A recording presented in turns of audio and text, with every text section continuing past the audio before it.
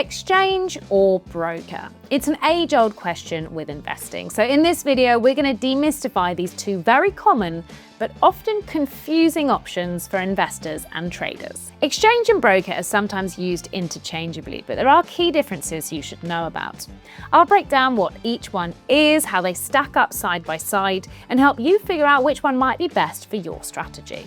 And shout out to Bitpanda, who we've partnered with for this video.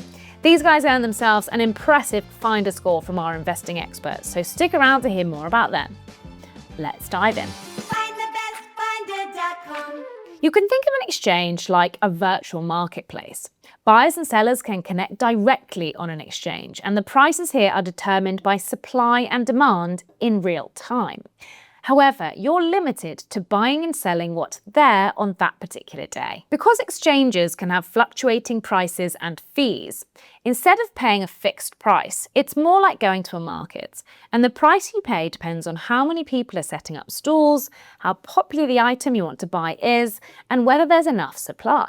This can give you flexibility and sometimes lower fees, but the restrictive nature of only being able to choose from what's available on that specific exchange at that time means orders can be limited and spreads can be high. There's also usually a steep learning curve and lack of predictability. Exchanges are typically suited to more advanced traders with time on their hands. A broker, on the other hand, acts more like a digital personal shopping service. Instead of dealing with other buyers and sellers, you interact with the platform directly. This means you're not just limited to who's using that platform. Your broker can explore all the shops, marketplace, and even wholesalers to find you the best price. Brokers offer set prices that often include a small fee and a spread. Instead of spending energy bartering at a market, you don't haggle and simply pay the best price your broker can find for you. This introduces a level of predictability and consistency with the service that you don't get with an exchange. Brokers are particularly appealing to those looking for an efficient, streamlined trading service. Before I get stuck into a more detailed summary of the similarities and differences, let's hear from our sponsor, Bitpanda. Bitpanda's easy-to-use app makes investing accessible. Unlike traditional exchanges, where you might need to wait for another trader to match your order, brokers like Bitpanda provide instant access to digital assets at transparent prices, helping you act when the market moves. Bitpanda offers the widest selection of crypto assets available to UK investors, with over 600 to choose from. You can start investing from just £1, following a minimum deposit of £10. And on top of that, there's no platform fee, no deposit or withdrawal fee, and trading fees start from just 0.99%. So if you're looking for the UK's broadest crypto range, a seamless investing experience, and the tools to sharpen your strategy, Bitpanda could be the place to start.